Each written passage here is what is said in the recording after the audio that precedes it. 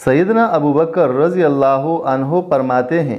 کہ میں نے رسول اللہ صلی اللہ علیہ وآلہ وسلم کو یہ فرماتے ہوئے سنا ہے کہ جب لوگ ظالم ظلم کرتے ہوئے دیکھے پھر بھی اس کے ہاتھ نہ پکڑے، یعنی اسے ظلم کرنے سے نہ روکے، تو قریب ہے کہ ان پر اللہ کی طرف سے عمومی عذاب آ جائے اور وہ ان سب کو اپنی گرفت میں لے لے۔ حضرت ابو ہریرہ رضی اللہ عنہ روایت کرتے ہیں کہ نبی صلی اللہ علیہ وآلہ وسلم نے فرمایا کہ اللہ تعالیٰ فرماتا ہے کہ میں اپنے بندوں کے ساتھ ویسا ہی سلوک کرتا ہوں جیسا وہ میرے بارے میں گمان کرتا ہے، اور میں اس کے ساتھ ہوتا ہوں جب وہ میرا ذکر کرتا ہے۔ اگر وہ مجھے اپنے دل میں یاد کرتا ہے تو میں بھی اسے اپنے دل میں یاد کرتا ہوں۔ اگر وہ مجھے مجلس میں یاد کرتا ہے تو میں اس سے بہتر مجلس میں اس کا ذکر کرتا ہوں۔ اگر وہ میری طرف بالشت بر بڑھتا ہے تو میں اس کی طرف ایک ہاتھ بڑھتا ہوں، اور جو میری طرف ایک ہاتھ بڑھتا ہے میں اس کی طرف 2 ہاتھ بڑھتا ہوں،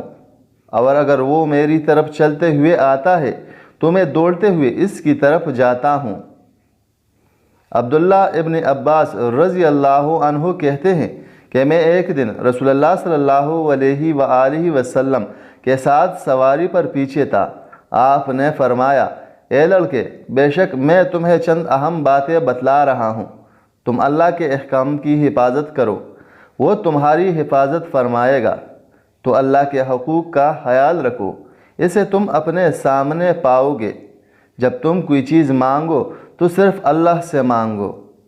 جب تم مدد چاہو تو صرف اللہ سے مدد طلب کرو، اور یہ بات جان لو کہ اگر ساری امت بھی جمع ہو کر تمہیں کچھ نفع پہنچانا چاہے تو وہ تمہیں اس سے زیادہ کچھ بھی نفع نہیں پہنچا سکتے جو اللہ نے تمہارے لیے لکھ دیا ہے، اور اگر وہ تمہیں کچھ نقصان پہنچانے کے لیے جمع ہو جائے تو اس سے زیادہ کچھ نقصان نہیں پہنچا سکتے جو اللہ نے تمہارے لیے لکھ دیا ہے۔ قلم اٹھا لیے گئے اور تقدیر کے صحیفے خشک ہو گئے ہیں۔